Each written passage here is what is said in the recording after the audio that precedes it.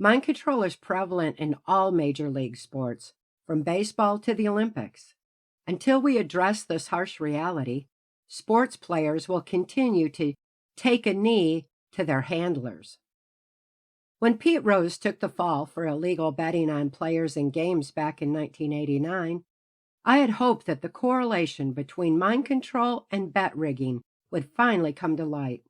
Pete Rose could have been a game changer had the deep state New World Order allowed truth to be told through their controlled media.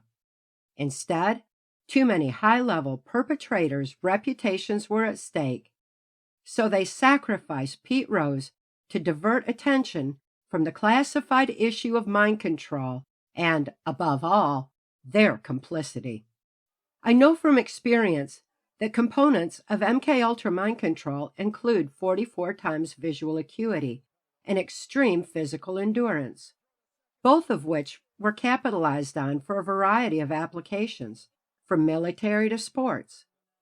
With 44 times visual acuity, golfers, tennis pros, basketball players, football players, and baseball's pitchers, catchers, and hitters could perform with pinpoint accuracy.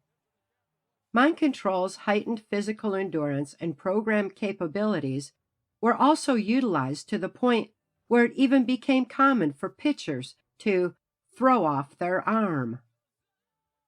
With sports players programmed for performance, their performance became regulated by their handlers for various reasons. Secret knowledge equals power, and money generated through sports became a power grab. Details are well documented in both Transformation of America and Access Denied for Reasons of National Security. Both books name those complicit, including then U.S. Attorney General Dick Thornburgh, Presidents Reagan and Bush, actor Michael Dante, who is the Epstein of his day, Chicago Cubs scout Jim Zarilla, Detroit Tigers coach Sparky Anderson, and L.A. Dodgers coach Tommy Lasorda. It was my experience through various press box-generated bets that sports were rigged according to political favors, which in turn were bet on by those in the know. Mind-controlled players, like Dodger pitcher Fernando Valenzuela, could be triggered to either pitch perfectly or throw a game based on predetermined outcome.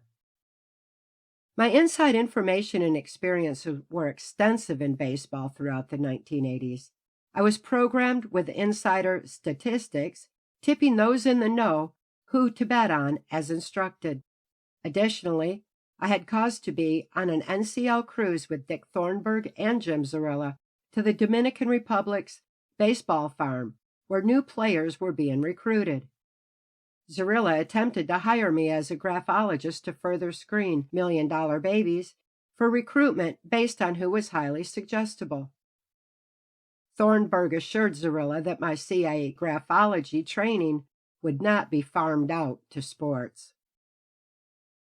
Once I had deprogrammed the vast input of sports data through methods detailed in PTSD Time to Heal, I demonstrated my knowledge by predicting winners of the World Series.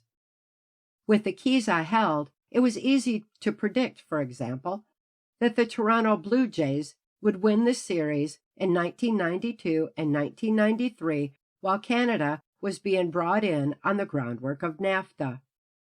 Rather than profit from what I knew, Mark and I chose to blow the whistle on mind control in sports in an effort to free the minds of players and restore true sportsmanship to the games. Like all aspects of my testimony documented in trance, the reality of mind control in sports was suppressed under the National Security Act by the same perpetrators I was exposing. This is a national security issue that continues to threaten the security of our nation by undermining patriotism at every turn. Mind control must be factored into the equation to understand the deep state New World Order's insurgence on our society so we can effectively reclaim our great nation from their grip. Rather than take a knee to mind control handlers, we must take a stand for free thought. Then, and only then, can we restore dignity and true sportsmanship to America's favorite pastimes.